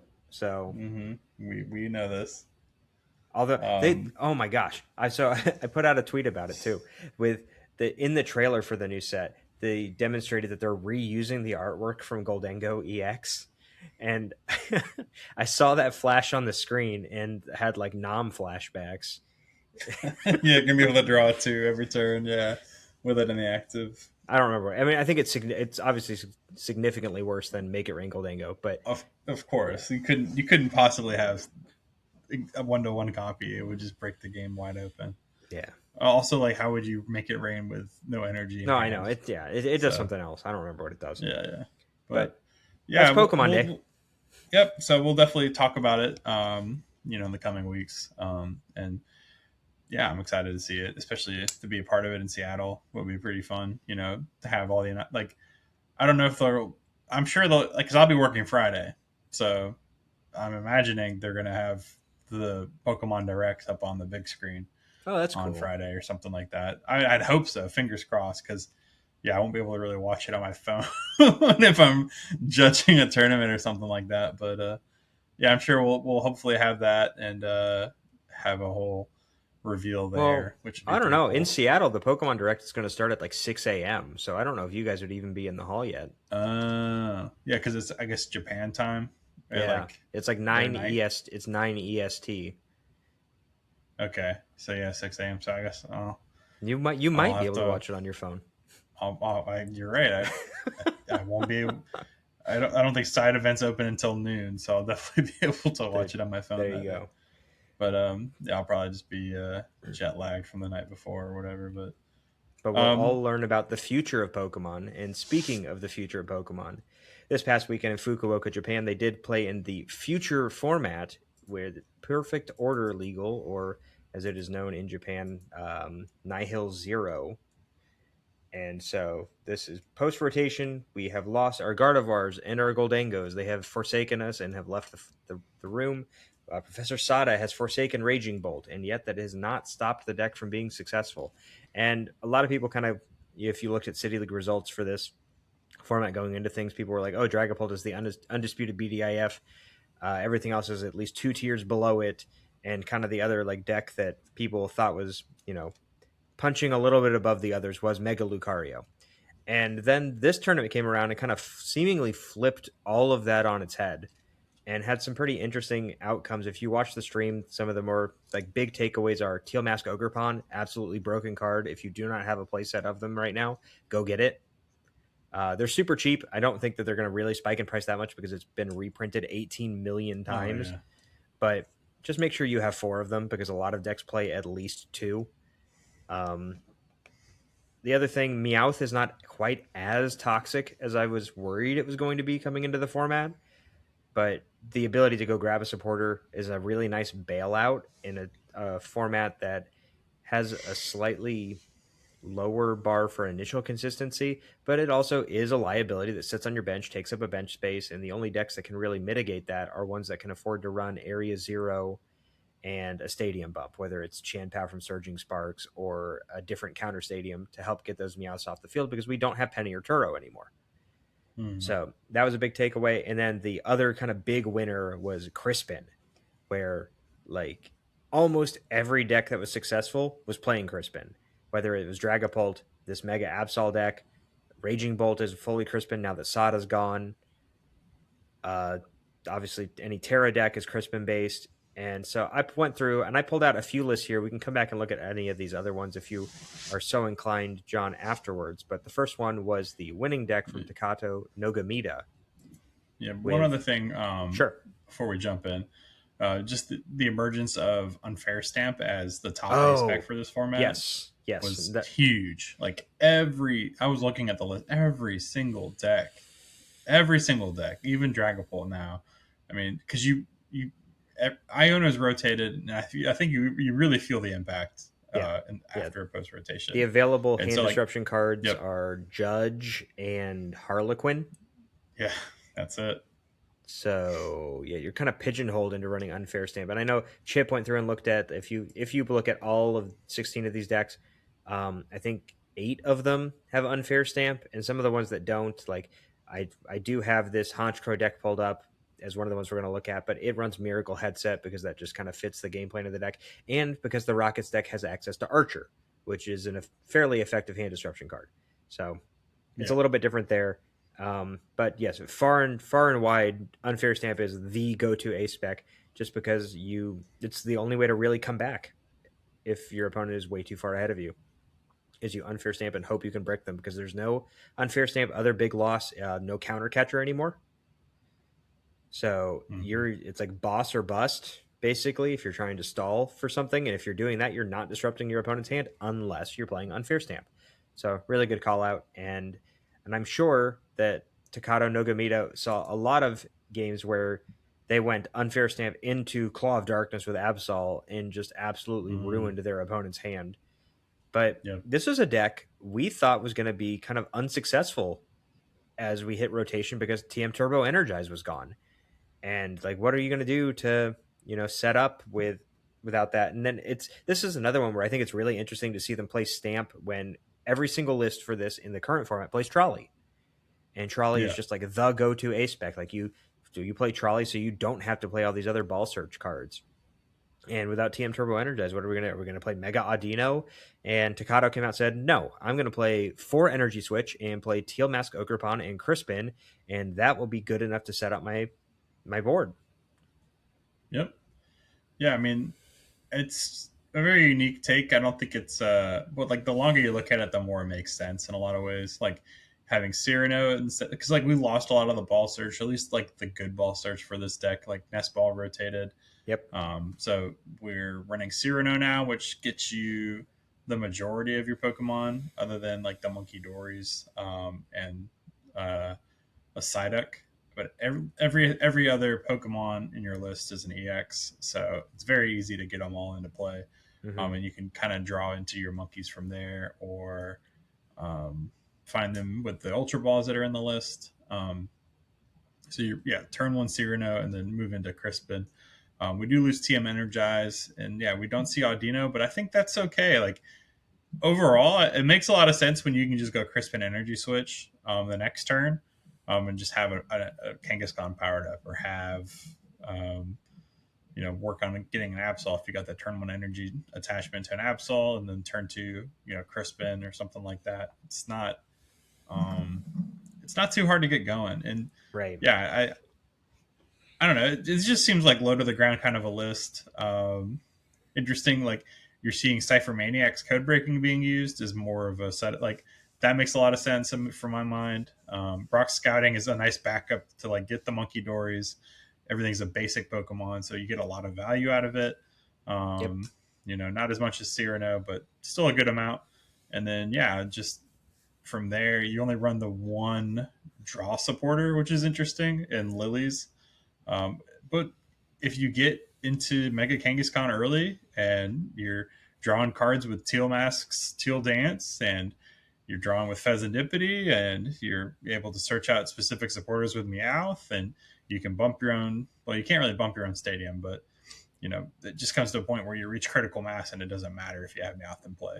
You're taking knockouts. And then you can, like you talked about, unfair stamp and then absolve your opponent's hand. Feels pretty good. So, Yeah, and definitely feels this list, this list, it runs the one cornerstone, I guess, just as an answer for some things. We see two Mist Energy. I think Mist Energy was another call out, with Alakazam being a big deal in this format, and obviously the Mega Absol and a lot of other Pokemon that can do a little bit. Like the Alakazam, I think, is probably the main reason we see that. Um, at least, well, the Alakazam and the Mirror would probably be the two main decks. Sure. But Sure. yep. So Mist Energy's kind of on the rise. I saw like another control list in the top 16 where it just ran two Team Rocket's Articuno. It was the Crustal list, I think. Okay. I don't know if you have that pulled up, but No, I it literally don't. ran two Team Rockets Articuno, and I'm like, why the heck does it run Team Rockets And you just Articuno? auto win Alakazam by putting them both Yeah, down. exactly. You literally just put the Team Rocket gets Articuno down, and no other Pokemon, and they don't have an answer for it. I'm like, that's genius. Honestly, that's Jeez. crazy that just works. And they run like a one Prism Energy, so you can attack with it, so they can't knock you out with like a Kadabra or something like that. But yeah, just crazy. But anyway, so yeah, this is kind of the surprise deck of the tournament, I'd say. But like, the more you look at it, the more it makes sense, and I Yeah, would expect this to see a lot of play post rotation, for sure. and not just in Japan. And just like being super toolboxy, like you get the answers to a lot of the big things in the format. Like I said, like Mm-hmm. Dragapult was far and away the best deck. So of course we have Clefairy. You actually have the ability to potentially attack with Latias in this deck. And knowing that you need to be able to get into Kangaskhan or move your Blood Moon, we're actually playing two Latias because you have the luxury of having the room to be able to do it. Like you called out, like if you can go Cyrano for Kangaskhan, Latias, Meowth, now you've got your Kangaskhan set up to draw you more cards. Latias pivots you into the Kangaskhan, and Meowth finds you a supporter for next turn. So it's kind of a self fulfilling like engine, so to speak, that a lot of other decks may not have access to. So just really neat deck. Definitely going to see some play moving forward, and just continue. Absol and Kangaskhan as a duo continue to terrorize tournaments. Mm-hmm. Next up was the second place deck, and this is a deck that nobody had on their radar. But the other thing I didn't call out, like Teal Mask Ogerpon kind of being the highlight or one of the highlights of this tournament. Um, Zoroark is still really popular. Didn't make Top Cut, but Zoroark and Grimmsnarl both together made up like 15% of the tournament in day two, Mm. and neither of them made Top Cut because there was so much Teal Mask Ogerpon Yeah, around. So definitely really that's popular. tough. But this was one that, again, caught me rather off guard, where we're just like loaded. This reminds me a lot of Ray Chen's Toad Scroll deck, to be honest with you, where Mm-hmm. you're just like, I'm going to bug catching set into Ogre Pond and Grass Energy. We don't have Earthen Vessel anymore, so bug catching set really kind of pulls double duty here. And you go grab a whole bunch, you know, Grass Pokemon, Grass Energy, get your Forest of Vitality into play, and Arboliva EX taking second place in Oh yeah, baby. honestly came so close to winning the tournament, and just a really cool card. It's a card that doesn't get a chance to shine in current standard because honestly, mostly because of Goldango. I think because I went and took this deck and kind of retrofitted it into current standard, put some Ionos into it. Um, don't have Meowth obviously, so a couple of other changes here and there, but outside of Goldango, this deck is actually reasonably strong into most of the current standard metagame. You just literally cannot beat Goldango unless they full Yeah. brick and you're able to like badoo them to a point where you can oil salvo, knock out all their gimme ghouls, and kind of go from there. But really neat deck. You kind of get to pull double duty with Oil Salvo, just knocking out a bunch of basic Pokemon in your opponent's field, where you get to, for a single grass energy, select a Pokemon in your opponent's field 6 times. And you can select the same Pokemon as many times as you want to. And for each time you select a Pokemon, you do 20 damage to it. And then you kind of get the other half of the deck where I'm going to knock out the big thing by loading up energy on Ogerpon, which draws you cards, sets up your other stuff, but also puts a bunch of energy on Ogerpon, which get doubled by Meganium and just mollywop things like Lucarios or Dragapult and clear them off the field if they are able to get set up through your Oil Salvo barrage. Yeah, it's a fun deck. I mean, I was testing her a little bit with like losing Halucha stinks because you're not able to go Halucha is really good.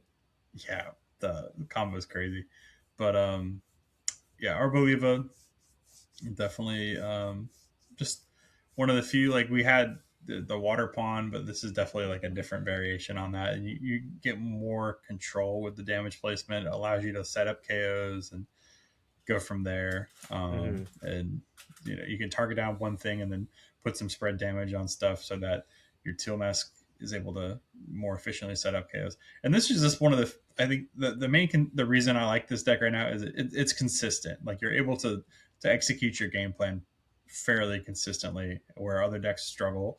Like the having Dawn in this format, like makes this deck so much better. Like you're running the 4 stadium, so you're usually able to find that turn 1. You can go Lilies, get your stadium into play, and then next turn Dawn, and then get your stage 2 line out of Arboliva, start putting damage down, and then the next turn Dawn again and get your Meganium out and start putting energy out on your Teal Mask Ogre Pawns and stuff. So this one, it's weird to say that a deck with 2 stage 2 lines like this is consistent, but I mean, I don't know. You tested a little bit. Did you whiff your attackers at all or anything like that? Like there are times where you won't hit the stage 1, and then you can have a hard time finding the stage 2. But sure, it's for the most part, like when everything. But like does Dawn come felt together, pretty cool. Like oh yeah, that. like being able to go like Dawn Force of Vitality into play and drop a whole stage 2 out of nowhere is really good for sure. Or even Lana's Aid and bring it back. That's pretty cool. So yeah, cool deck.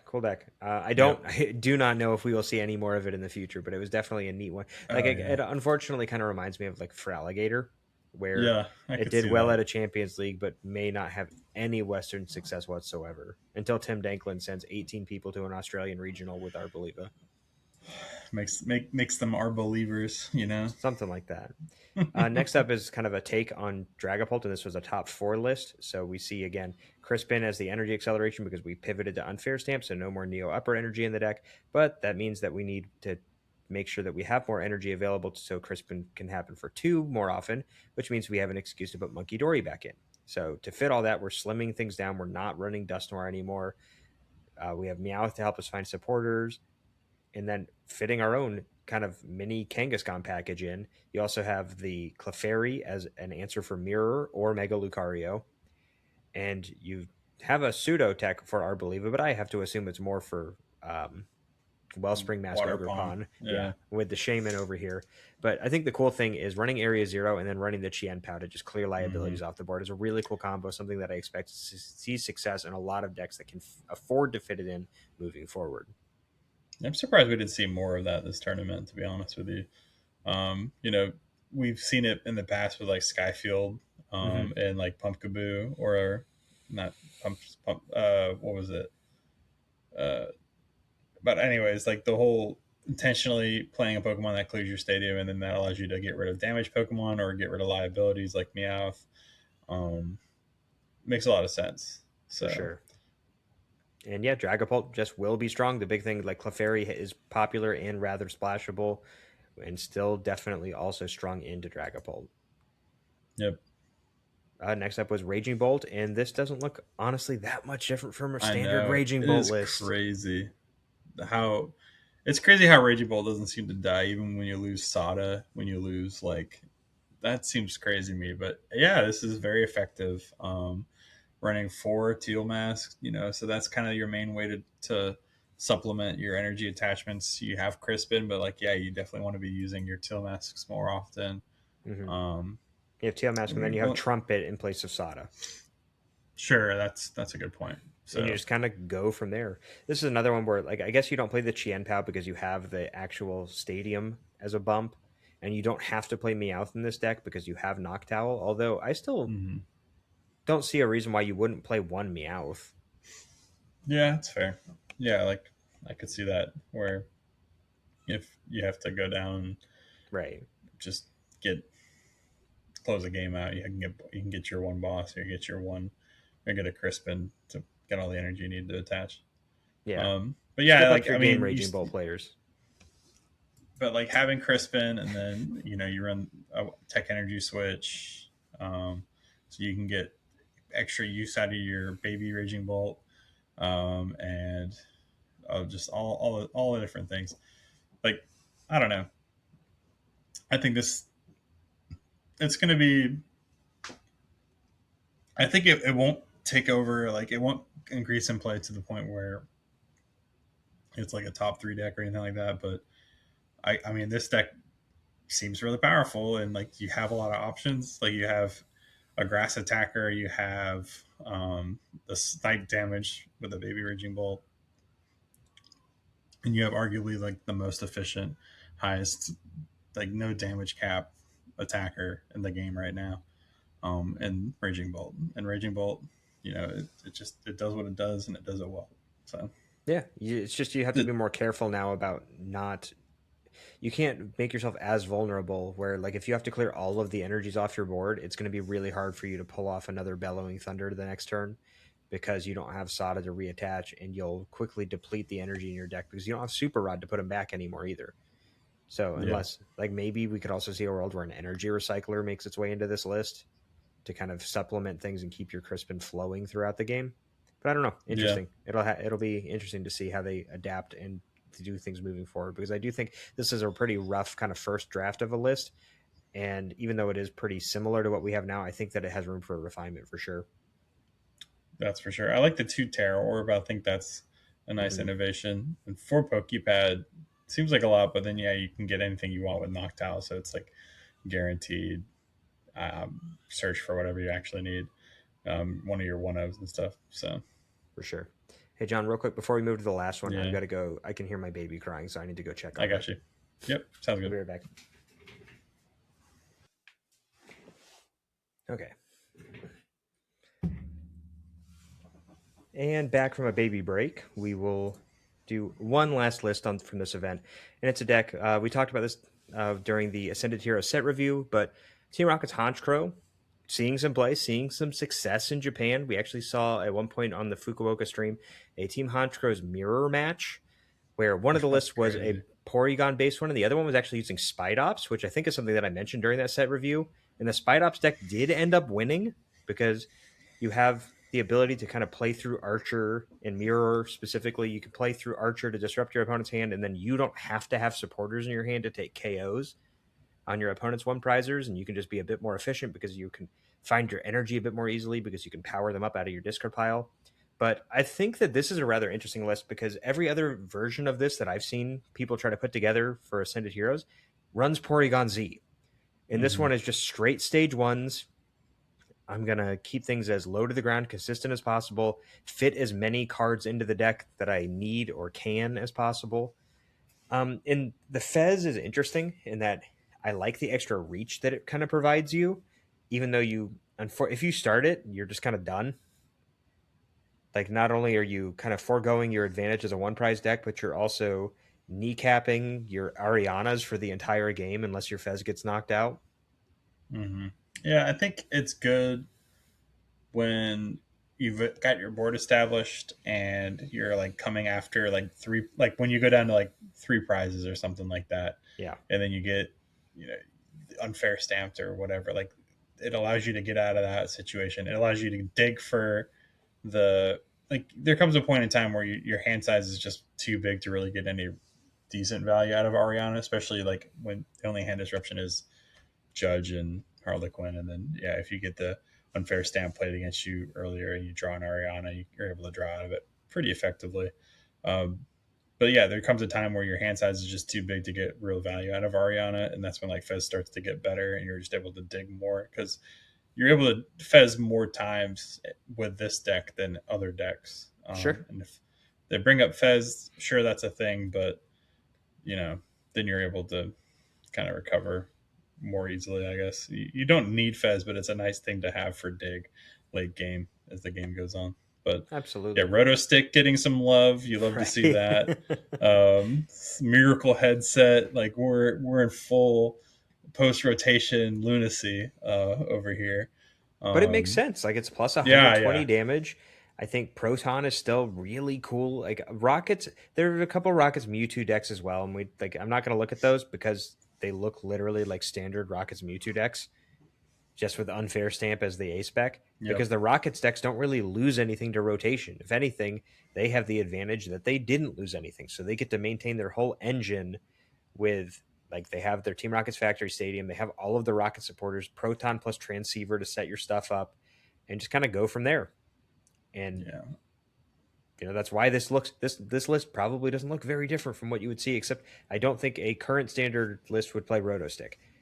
I don't know what you would play. Oh no, they're playing Roto Stick. Are they? I've at the card shop, people are asking for Roto Sticks. So that's crazy. I've pulled them out of the bulk trainers that were just gonna sell for bulk pricing, and I've had to pull them and put them into the playable binder now. So that's where we're at. Dark times, or exciting times, I guess, depends on your perspective. But yeah, it's interesting. Like you brought up, we see this deck not change very much, and I think before rotation, like the Rocket supporters, they're not bad, but there's just supporters that outclass them that are just better, that you wouldn't play the Rocket supporters when you can play an Iron, when you can play an Arvin, when you can play Research. Now that we have a whole new slew of stuff that we lost, we are really limited as to what we can play. We still have Lilies, we still have Cyrano and Cypher, but like this deck, I think, escaped unfazed and now comes back and is in a much better position, and that's pretty evident with the results of this tournament. And I think we'll see a lot of players. The hype for Rocket stuff is pretty real. Like people love the villains, especially Team Rocket. So I definitely will. I imagine we'll see a lot of play from like at the local level and at the casual level. Like people will want to pick this up and play it, and that's fair. And it's super cheap to get into. Like this deck in paper probably costs $15. Yeah. If the Honchkrows are a little annoying to get, right say now, sure, they're a hollow rare, so that is, but like it should be fine, relatively speaking.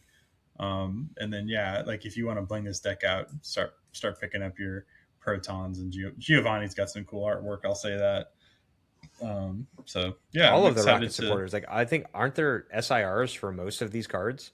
Yeah, or at the very least full arts. At least full arts, definitely. We now have there's a full art Transceiver and Ascended Heroes too. Yeah, very cool. So this deck can look cool, and I will say, now that I think about it, actually, I'm pretty sure. Let me pull up this Mewtwo list to see if I'm wrong or not. But I believe the Mewtwo decks did evolve ever so slightly. I don't know why it opened here, to where they are actually playing for Lily now, in addition to the Rocket supporters, just to make themselves a bit more consistent. And we also do see the Clefairy making its way back in. So just interesting. That's a weird inclusion. The bug catching set kind of catches me a little bit off guard. But a lot of these other things, these other cards. I saw that come up on stream. Sorry, we're having some limitless lag. Okay, go ahead. Yeah, that guy, the Rockets one runs maximum belt, which makes sense. So yeah, just that one you're able to, since you run the not Ariana, I forget the name of it, but like the hand disruption Rocket supporter, you're able to, Archer. Yeah, Archer. Petrol, you're able to. Okay. Petrol is the Arvin. Sorry, Archer is the one that does the hand disruption. Skyla, not even Arvin. Oh, you're right. You're right. It is Skyla. It is exactly Skyla. It is exactly Skyla. Um, with the added benefit that you get to draw 2 cards, I guess, if you have the stadium in play. But that's about it. But yeah, it's exciting. I don't know. We really didn't cover Megalucario or the Dragopolis or anything like that. And I'm sure as we get closer and start testing on our own, and especially when we get into the later stage of like after Orlando, I think immediately after Orlando, it's rotation. So Yeah. Yep. Yep. So we'll probably talk a lot about Ascended Heroes, unfortunately, but yeah, we'll get more and more into post rotation as it comes up, and yeah, I'm excited. I mean, it's always a fun time of year. For those that haven't really experienced it, I know it can be a little bit daunting and overwhelming to lose some of your favorite decks, or feel like all the money you invested kind of goes to waste, like all your Ionos and Arvins that you bought or played with for the longest time. Like if you bought full art copies of it, they're just gonna diminish in value. But the good news is, like, down the road you can build the decks, and like I'd encourage you, if you're debating just selling the stuff, hold on to your decks that you really enjoy playing. Maybe just put them on the shelf if you have the ability to do that, because Yep. yeah, it's fun to go back and play formats where like the full breadth of like a 3 year set calendar is playable at the same time, and it's really fun to play like Regigigas or Palkia or stuff like that, where you have full access to stuff. Maybe I picked the wrong era. That's probably not my favorite, but yeah, like I'm thinking like when we had like 2010, where we had a lot of sets at the same time. It was a I lot of wish fun. I wish I still had those cards. I know you and I have both experienced kind of both ends of this now, where when we were younger, we were kids, we didn't have any money, and you could sell your cards to Troll and Toad or Collector's Cash or whoever at U.S. Yep. Nationals, and these are rotating. I don't need them anymore. Yep. And now you go to try to rebuy them, and they're like 15 times what they used to cost or more, and Yeah. it's backbreaking and it makes you very sad. All But your you all your also stars. Oof. like hit a point where I think I have it over here, like just the nostalgia factor of a deck. If you have something that you're particularly attached to, or you had a particularly notable performance with, like your first League Cup win, or maybe you made your first day two at a regional, or your first top cut at a regional, or if you're listening to the show and you've won a regional, thank you, but your first regional win. And I've seen a lot of people do things where they'll do like frames with regional play mats and then like the marquee cards from their deck.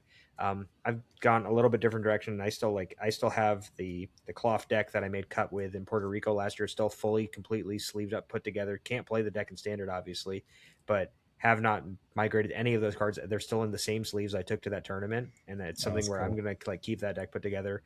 I'm gonna keep my Grimsnarl deck from Worlds put together, Yep. and just I don't see a reason to really take it apart. And something where having that available is really cool. Like I went back through and put I don't think they're the same cards, unfortunately, because I can't guarantee that I still have the same ones. But I put my Worlds deck from 2012 together again, and Oh, that's have that cool. in a box somewhere. So just the nostalgia factor of Pokemon always sneaks up on you in one way or another, and I would Yep. heavily encourage you to lean into it if you have the ability to do so. Yeah, I mean, not to say like you regret selling stuff. I mean, sure, it's always like you look back at it, it's like, dang, I could have done that, but that's life. Like, I don't think it's really beneficial to obsess about how much money you gave up over the years playing a hobby. I think it's more valuable to look at what you gained by playing it, and the Sure. friendships and the actual like memories and moments and all that kind of stuff. And yeah, like, that's the main thing I get out of making old decks, is just reliving those moments, reliving those memories, remembering like going to city marathons and like crashing on couches and having late night testing sessions and playing games outside of the actual tournament, and eating a bunch of pizza and like all this kind of stuff. So that's the kind of sentiment that I think we should all aim for out of our hobbies. Like, and it's cool when they pay for themselves, but overall, it's you don't do a hobby to make money for the most part. You do it because you love it. Yep. Um, and so that's where we're all at. And that's hopefully that what you get when you hear and listen to the Battle Frontier. And I am excited to go to Seattle and have a full kind of breakdown of what happened after all that. And I'm excited to talk with you about it next time we get together, Aaron. Yeah, hopefully it'll be next week. If not, Yep. again, the releases may or may not be sporadic, such as life. But thank you for bearing with us, and we hope that you guys enjoyed this episode. Leave some comments down below if you have your thoughts on what we'll see on Pokemon Day, if you listen to the show ahead of Pokemon Day, or maybe what the most exciting thing that we did see revealed on Pokemon Day, if you're listening to the show after Pokemon Day has already happened. But we do thank you for getting to the end of this episode. We thank you for bearing with us through our sporadic release and the potential break between these episodes and any continued listenership. But you can find John and myself and the show on socials. Those will all be linked in the description of the show. If you're listening over on YouTube, watching over on YouTube rather, go ahead and drop a sub. We'd appreciate it. Drop a like. Leave a comment letting us know what your favorite part of the episode was. And if you're on Spotify or Apple Podcasts, give the show a follow. And same thing there. Comments, ratings, reviews, everything helps the show go a little bit further, reach a few more people, and maybe get some new listeners in and kind of growing a community. But from John and myself, we thank you very much. If you're going to Seattle, good luck. Enjoy your Pokemon Day. Say goodbye to Phantasmal Flames format, and we will see you guys on the other side on the next episode of The Battle Frontier. Have a good week.